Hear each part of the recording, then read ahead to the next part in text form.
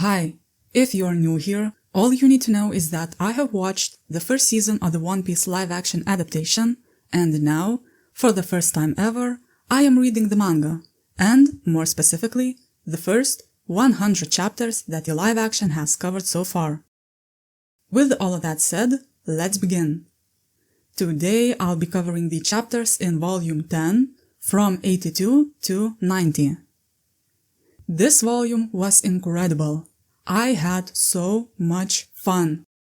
When it comes to the fights in One Piece, I think the stuff we got in Volume 10 was my favorite so far.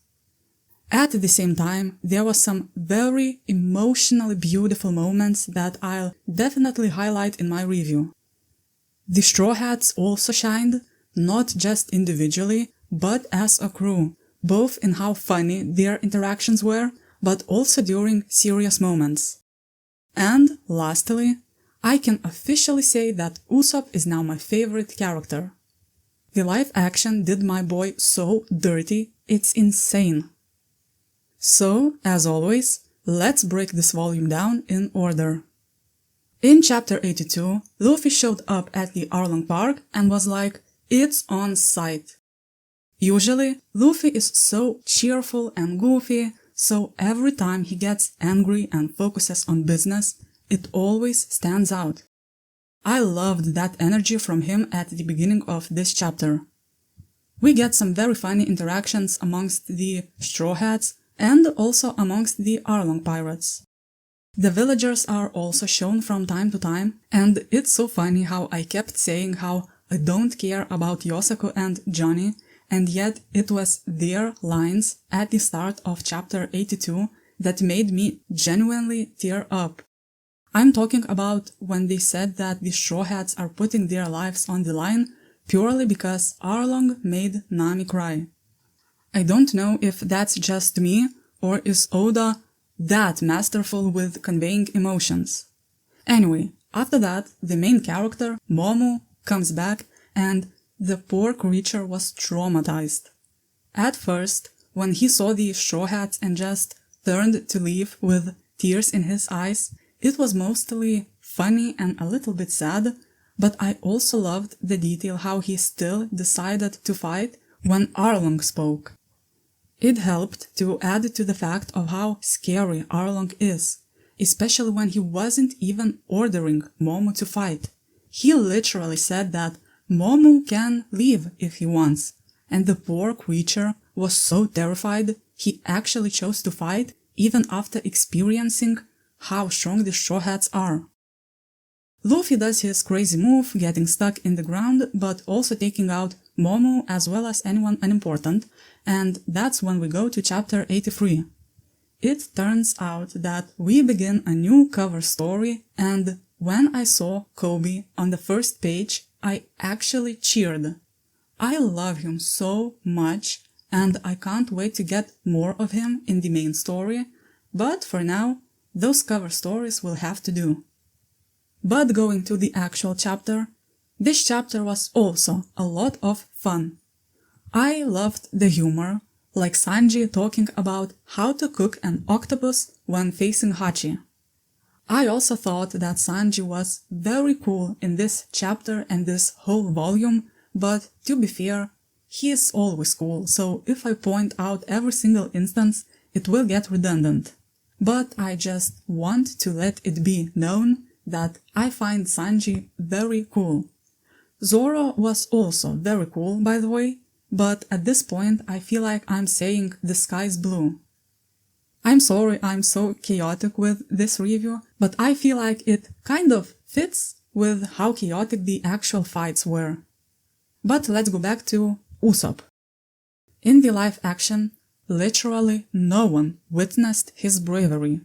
In the manga, however, people witnessed him stand up for the villagers in both Volume 9 and in this volume. Sure, no one still saw his fight, but they saw how Usopp saved the villagers by getting the attention of the fishman who was about to direct his wrath on them, and that's also important. Next, we see how Arlong throws Luffy into water. It happened in the live action too, only in Baratia, not in Arlong Park. Since in the manga, during the Baratia arc, Luffy was thrown into water, I thought the live action adapted that, but apparently Arlong also does throw Luffy into water, only in a different arc.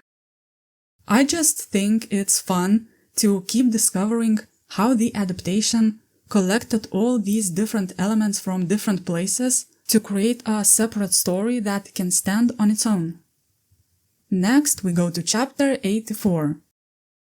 If you hear any background noise, then I am sorry because it's my cat and he's currently purring right beside me. Here, you can listen to him.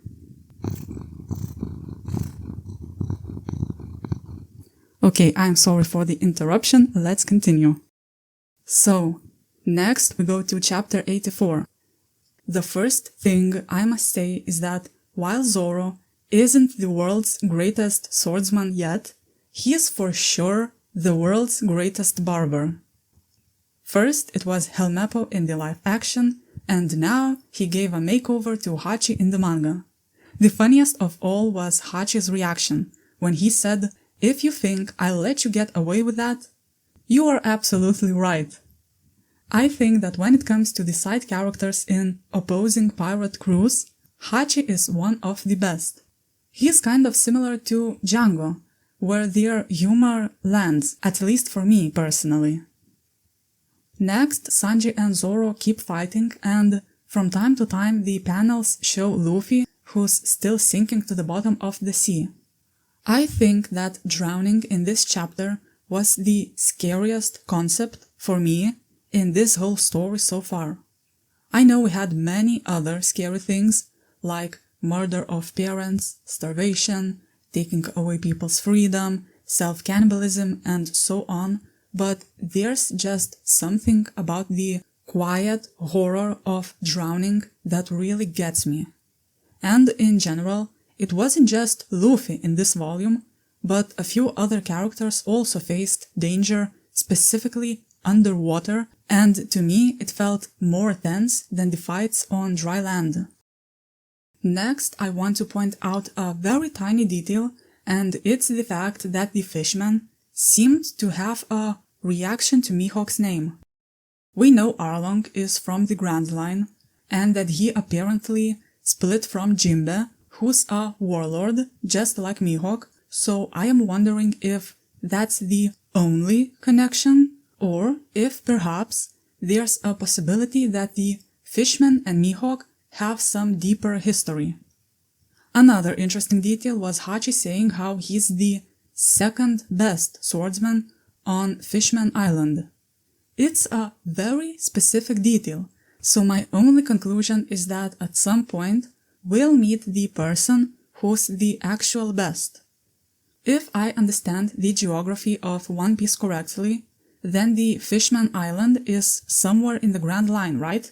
And since our crew is going to the Grand Line, it would make sense to visit that island at some point. So I think this chapter set up at least one character we'll meet there, this mysterious swordsman, and I think Zoro will either fight him or learn from him, or maybe both. At the end of chapter 84, both Zoro and Sanji get up, and as I was reading it, in my notes I wrote, and I quote, "Jesus, what did Zeff feed Sanji and what does Zoro eat?" That's it, that's my comment. Let's go to chapter 85. The cover story page was so funny. Helmeppo was making Luffy's voodoo dolls while ugly crying. Also, maybe it's just a coincidence, but he was nailing one doll to a rock, and in the actual story, Luffy is also currently stuck in a piece of rock. I guess Luffy's drowning in Helmeppo's tears then. The actual chapter was mostly Zoro's fight, and I don't know what to say other than it was so cool. I loved Zoro's line about how his swords are weightier than Hachi's. He's carrying the weight of both his own dream and Kuina's dream, and I guess now he also fights for his crew and their dreams, so I really loved how this line was written.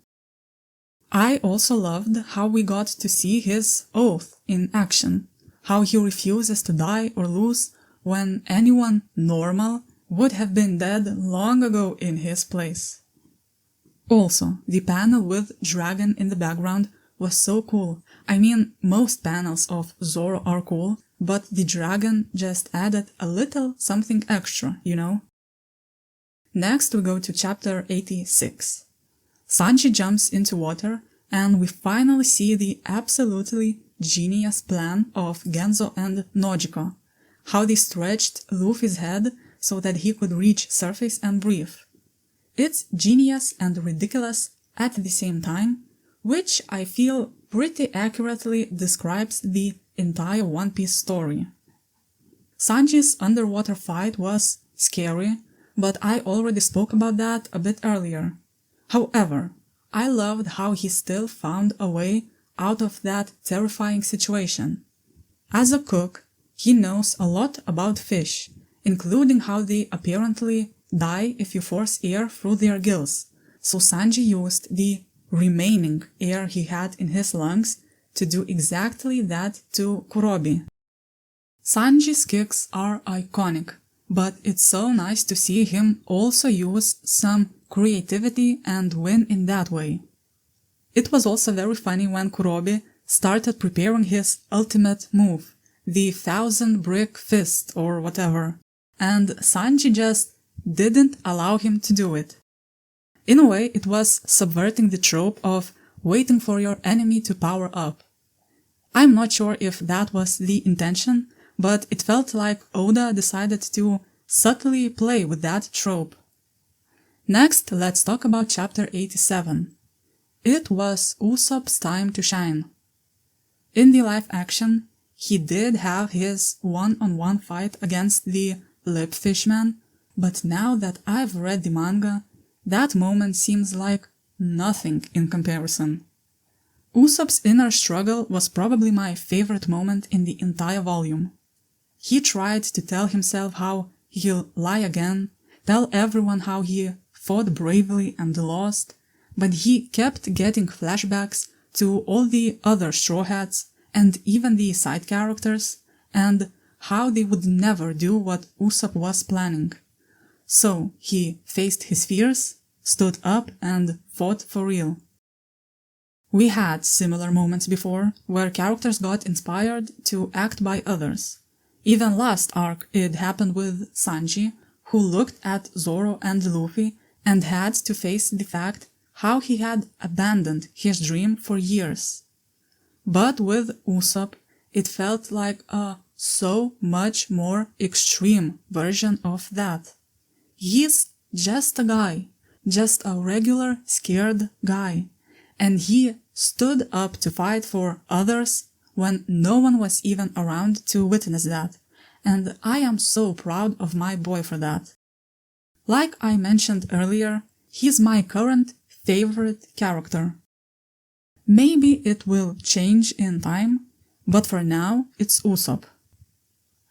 The beginning of chapter 88 continues the Usopp fight, and it was so hysterically funny to me how he repeatedly kept hitting the lip guy with a hammer because he panicked when he started getting back up.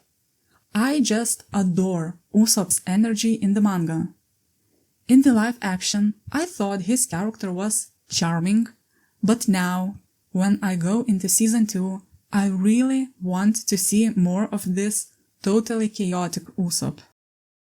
I've also seen a few comments that recommended me to watch some interview where they talk about Usopp's cutscenes from season 1, so I'll definitely check that out to see what was the original plan for his character for the live actions season 1. But now, let's go back to chapter 88. Sanji and Zoro are down, and then Nami shows up and declares she's there to kill Arlong. Apparently, Nami had tried to kill him multiple times over the years. It's a small detail, but I feel like it's just so important. 8 years under oppression is a very long time. It would break the spirit of most people, and yet Nami never lost hope and fought back while simultaneously slowly trying to reach the long-term goal of getting those 100 million berries to buy the village. Also, trying to kill Arlong was risky. It could have broken their original deal, but Nami still did that. This small detail made me respect Nami even more than I already did, and I feel that the same applies to the villagers, who also clearly heard what Arlong just revealed. The next scene is another standout moment. I know I said I liked Usopp's moment best, but that was a half-lie, because this moment of Nami also deserves that spot. Arlong offers her a new deal. He kills the Straw Hats, spares the whole village, and Nami continues working for him. Arlong even emphasizes how the Straw Hats seem to be losing right now, how it would be rational to take that deal. And Nami just turns to her village and says, "I am sorry, everyone. Will you please die with me?" And on top of that, the villagers cheer. That's such a fantastic moment. It also parallels what Belmere did a little bit. Just like Belmere refused to lie and say she had no kids, the same way Nami now refused to deny that the Straw Hats are her new chosen family and she's going to stick with them no matter what. That's another moment you can add to my tears counter. Let's go to chapter 89. Sanji goes underwater again to free Luffy while Zoro and Usopp are trying to distract Arlong. Hachi jumps after Sanji, and the misdirection that we get here was so masterfully done. First, we see Nojiko get in the way of Hachi's punch to give more time for Sanji and Luffy, which, by the way, was a badass moment. Manga Nojiko is great, and it's a shame she was robbed in the live action of all her cool moments. Then we go back to the surface and see that Zoro seems to be in a very bad place, the wound on his chest fully on display. He says that lying still would have kept some of the wounds from opening up, and at first it looks like he's just pointing out the obvious and trying to buy more time by talking and almost joking about his own situation. But apparently, he was talking about Hachi this entire time.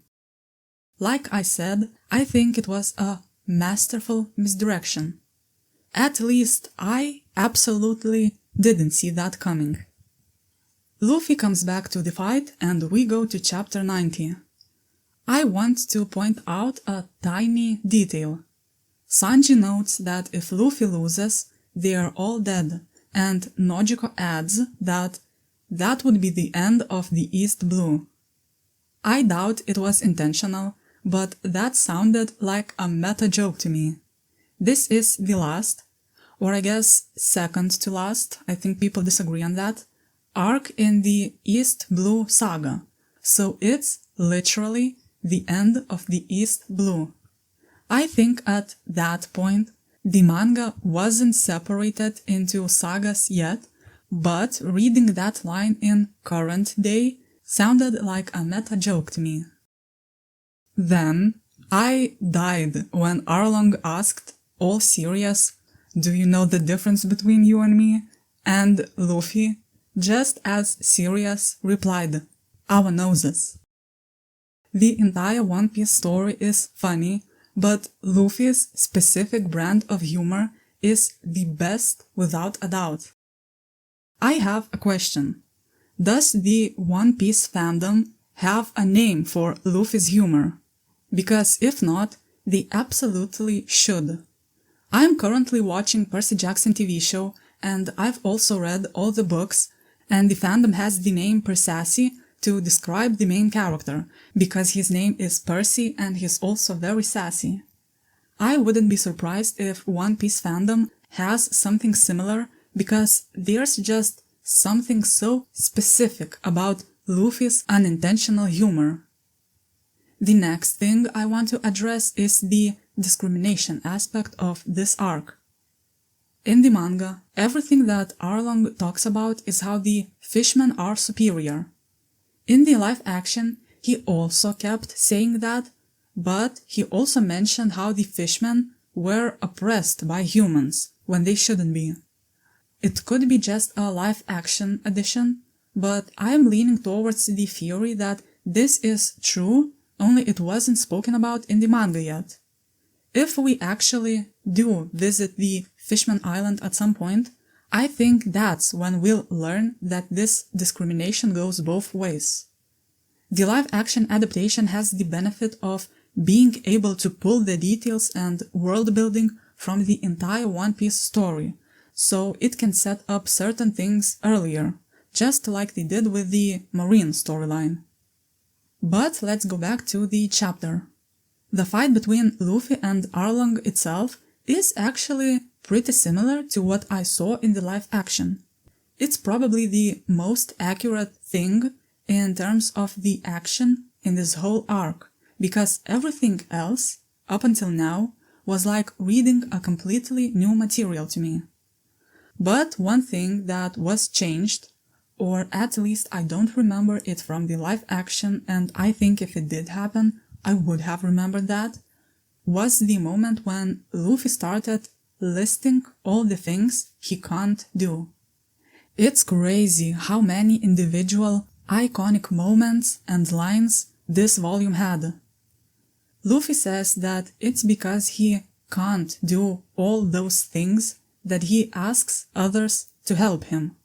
It's a callback to Nami asking Luffy to help her village, and it's just such a beautiful and emotional moment. I remember I wanted to make a video about my favorite moments after finishing the East Blue saga, but now I don't think I physically can. I have maybe 50 moments I would like to squeeze into my top 10, and Luffy listing all the things he can't do is definitely one of them. I also like how, in a way, it's a counter-argument to Arlong's claims how fishmen are superior. Sure, maybe one fishman is stronger than one human, but people were always social creatures. We create communities, we work together to reach our goals, and it's one of the beautiful things about humanity. It's nice to be reminded of that fact when the real world can feel so horrible and constantly on fire because of that same humanity.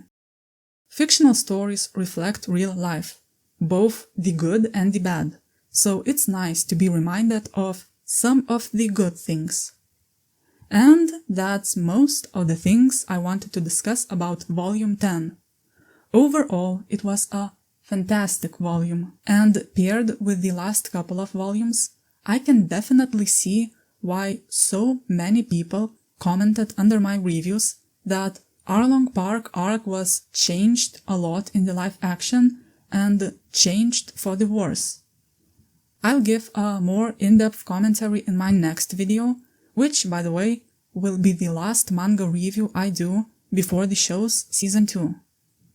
I'll also only read up to chapter 95 because I really want to go into the show completely blindly.